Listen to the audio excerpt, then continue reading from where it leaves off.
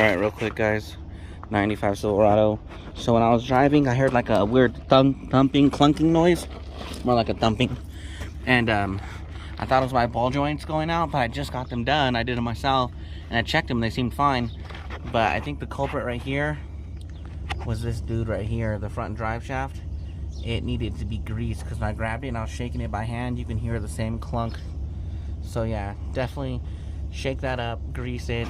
I never greased a vehicle before, just like a Bobcat and shit, but definitely consider that in your options before you think the worst.